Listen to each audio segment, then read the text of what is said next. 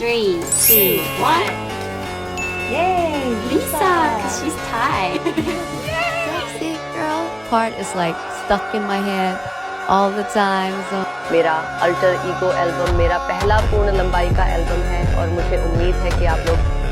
इस एल्बम को उतना ही पसंद करेंगे जितना मैं करता हूँ ค่ะเพลงวันนี้ค่ะก็เป็นวันครบรอบ Blackpink 5 ปีแล้วนะคะเราอยู่ด้วยกันมาตั้ง5 ปีแล้วนะคะ Ce soir, c'est le feu à Paris. Let's go. 네, 지금부터 저희가 서로에 대해 어떻게 생각하는지 알아보는 시간을 가져보겠습니다. シェアして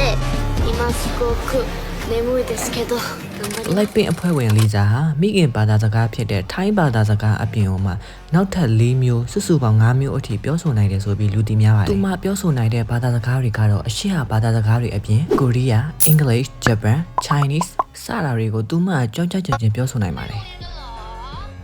ထိုင်းကတော့သူ့ရဲ့မိခင်ဘာသာစကားပါအထူးသဖြင့်မြန်မာနိုင်ငံနဲ့နှီးစပ်တဲ့ထိုင်းနိုင်ငံအရှေ့မြောက်ပိုင်းဒေသရဲ့လာအိုဒေသီယာစကားနဲ့နှီးစပ်တဲ့အီဆန်စကားကိုသူမှတည်တည်ချာချာပြောဆိုနိုင်ပါတယ်။ကိုရီးယားဘာသာစကားကိုတော့တောင်ကိုရီးယားမှာနှစ်ပေါင်းများစွာနေထိုင်ပြီးတော့အလေးကျင့်သင်ယူခဲ့တဲ့အတွက်သူမှကိုရီးယားဘာသာစကားကိုတေချာလေးပြောဆိုတတ်ပြီး